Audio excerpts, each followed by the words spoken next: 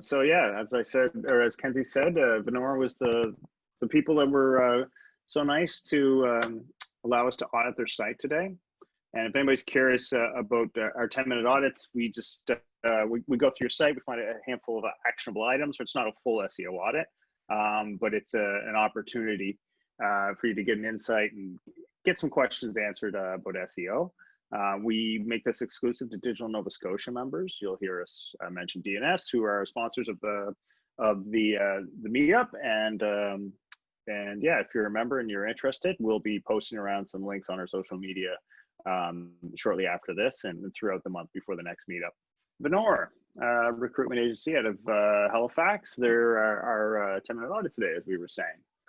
So yeah, the first thing we would recommend for this is setting up Google Analytics goals.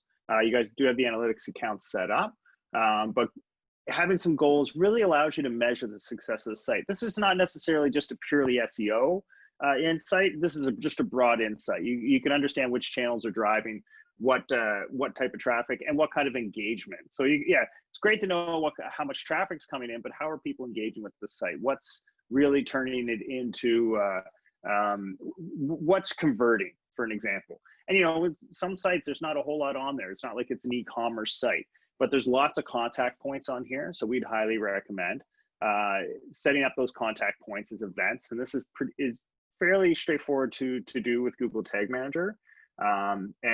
So for an example, on the contact page, you'll see in here, there's a couple phone numbers. I'd also look into this. Looks like there's some JavaScript issues. I think this is from when Google Maps switched over, so something to bring up to your developer, unrelated. But these phone numbers, you can set these up to trigger events with Tag Manager, and then you can use those events as a goal in analytics. And then you'll be able to tell who's contacting you from the contact page. As well, when you get into the team member site sections here, let's go into Craig here.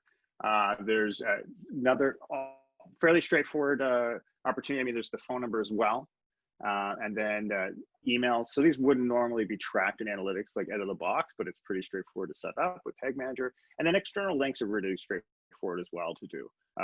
You probably want to get a developer involved in this unless you're feeling really comfortable with Tag Manager, or you want to learn some Tag Manager. But yeah, that's the first insight we saw on there. Any questions about that, Nick? No, it's pretty straightforward. Thanks for that, though. No worries. And the second item we saw is you do have an XML sitemap, but in Search Console, just bear with me for a second, and I think I might have set this up for you guys when we were chatting originally, because I didn't see anybody else's account on there. So I added you guys all onto Search Console, added Ian, Craig, yourself, and gave you guys full access. We can transfer that over to you right now. I'm the owner, but it's not too much of a big deal to get that switched over. But you'll see there's an XML sitemap, and this one's a default by WordPress. If you use something like Yoast, or you change over to Yoast, they will do their own sitemap. It's usually an index, so it's a list of a bunch of different sitemaps. Mm-hmm. And these sitemaps are a way for letting Google know and other search engines what pages are and which ones you want them to pay attention to. Excuse me. This particularly important for the opportunity pages, specifically because I know this is what one of your big drivers is, people looking for job opportunities. And this kind of content it's topical. It has a shelf life. It's not evergreen. It's not sitting on the site forever. So you want to be able to get those into Google's index as quickly as possible. And it's fairly straightforward to set up the sitemap. So I'm in here in your guys' Search Console. You go in, you click on sitemap here, and then you can just copy this part of the URL, plug it in here, let it propagate for a few days, and go back and see if there's any issues with that sitemap, and then refine it from there. If you ever do end up changing the sitemap too, go and find that sitemap. Most links, like Yoast, for an example, will give you a link to that XML sitemap. Find out what that URL is, change it, and delete the old one. Any questions on that one, Nick? No, I'm just trying to remember everything that you said there. I think I get the general sense of it. Might have to ping you afterwards for that step by step again. Actually, Yeah, that does lead me to a question. Is this recorded? it's recorded. We'll send you off a YouTube video Okay. of this specific section before we release it to everyone else. And I also have notes I'm reading off Okay. here Awesome. that will be sent along with the video as well. So don't worry about taking notes. Just if you have any questions or you need additional clarification, please let us Okay. You're making my life easy. know. And then the next big opportunity we see is structured data on the job post. So your guys' opportunities here. So for example, this executive assistant position here, just pulling the top one off here. If we were to go into, let's see, Google structured data, and I know this tool is deprecated, or they're saying that they're going to get rid of it at some point, but I still find it great for finding out what structured data is marked up on here. I will, for the next meetup, have a new one. I know there's a few other tools that do similar things. So right now, this is telling me is there's no structured data on here. What this structured data is, it's just a unified way that the search engines agree upon to mark up key elements of your site. And the cool thing about this is when you do searches, that specifically for jobs. So we're looking at job posting schema specifically. When you search something like web developer jobs Halifax, so the majority of us here are in Halifax, Nova Scotia. This kind of content up here is being fed from structured data. So if we were to click through here, this is actually Digital Nova Scotia one. So a little bit of a shameless plug there for Digital Nova Scotia. Good work, Digital Nova Scotia, for doing this right. And if we run this one through, this URL through the structured data testing tool,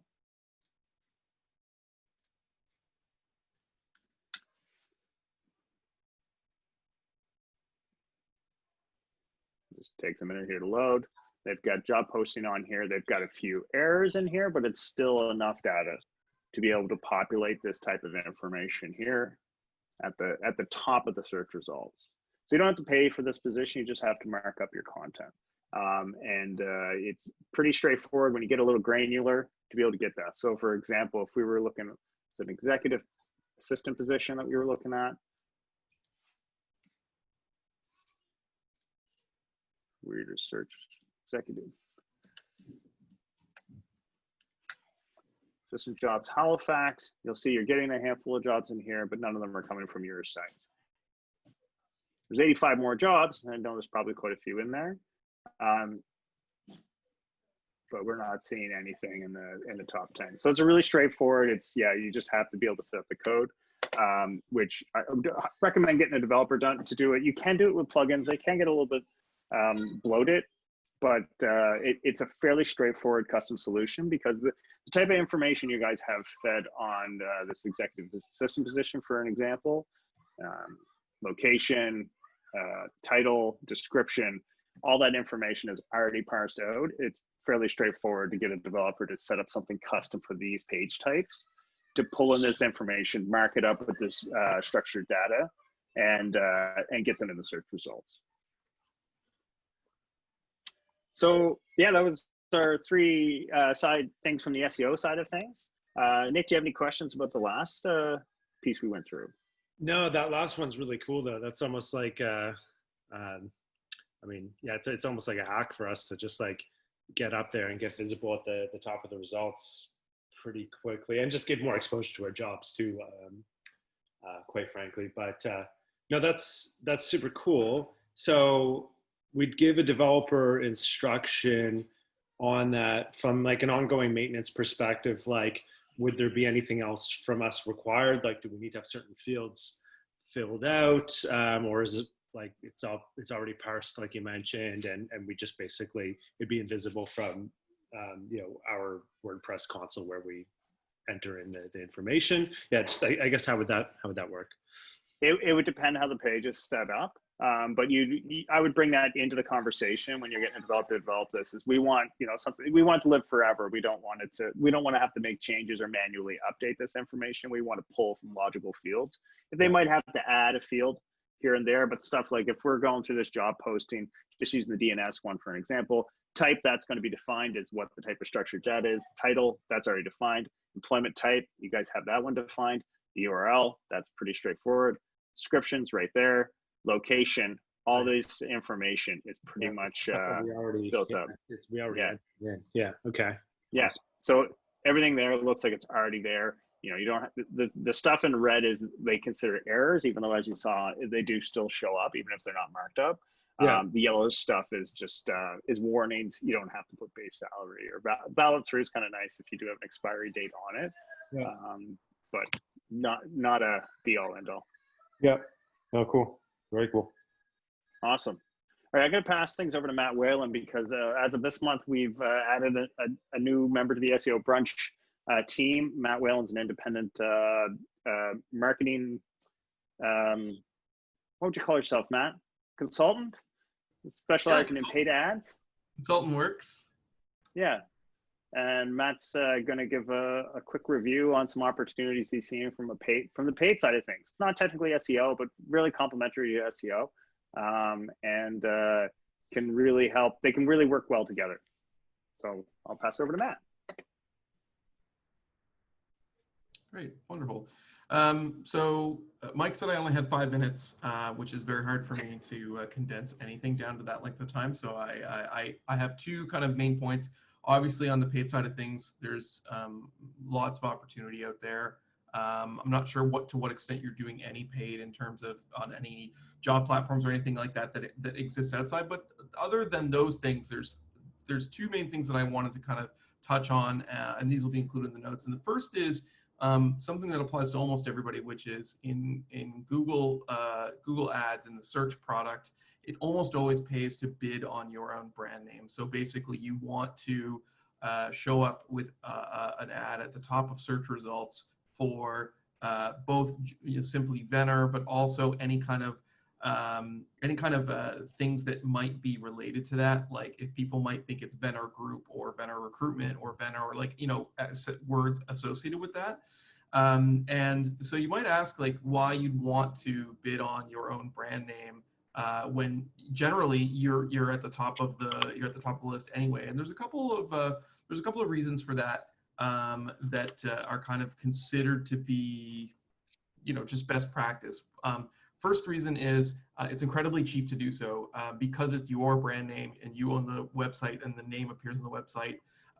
Your kind of floor for cost per click from Google is going to be incredibly low because you own that term. So that's first and foremost is it costs you very little to do that, and you get to control that spend. Of course, you don't have to spend more than your monthly budget on that anyway. But other than that, you can provide additional information that you don't get through your organic search results. So you can use ad extensions. So for example, you can have a click to call extension on there. So it's very easy for someone to just author on a mobile device, for example, one click and they can call. Or you can have site links that you can rotate, or you can have just standard site links. So it's just like you get people into the parts of the website that you want them to quicker.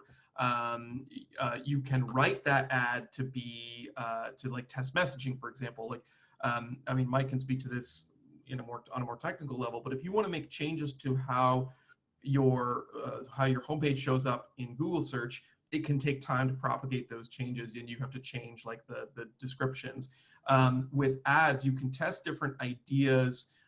You can test different language right away, basically. So you could have ads for Venor, and you just test like 2 things, and you can see like what makes people click on this more often. So that's another reason. And then I guess there's more, but I think the last thing I'm going to say on that is there is I don't see anyone doing this at the moment, but there is also the ability for your competitors to bid on your brand name. It's completely within the rules to do that. Now, they can't really use your name in their ad necessarily, especially if you've got the name trademarked. But if you bid on your own brand name, you will always outscore any competitor because, again, you own that website. You have the URL, and the name appears all over the website. So it's just kind of getting in front of something so that your competitors can't possibly take that top spot from you, which today they could. conceivably with an ad. So all those reasons and more are something to think about doing that. And then of course, it's beyond the scope of this conversation, but I think search is a huge opportunity for the business in terms of on both sides, whether job seekers or people who want to post jobs. You've got a lot of opportunity on both of those sides. The second thing I wanted to talk about was the LinkedIn Insights tag. And I will share my screen here just to show what this looks like. So bear with me one moment.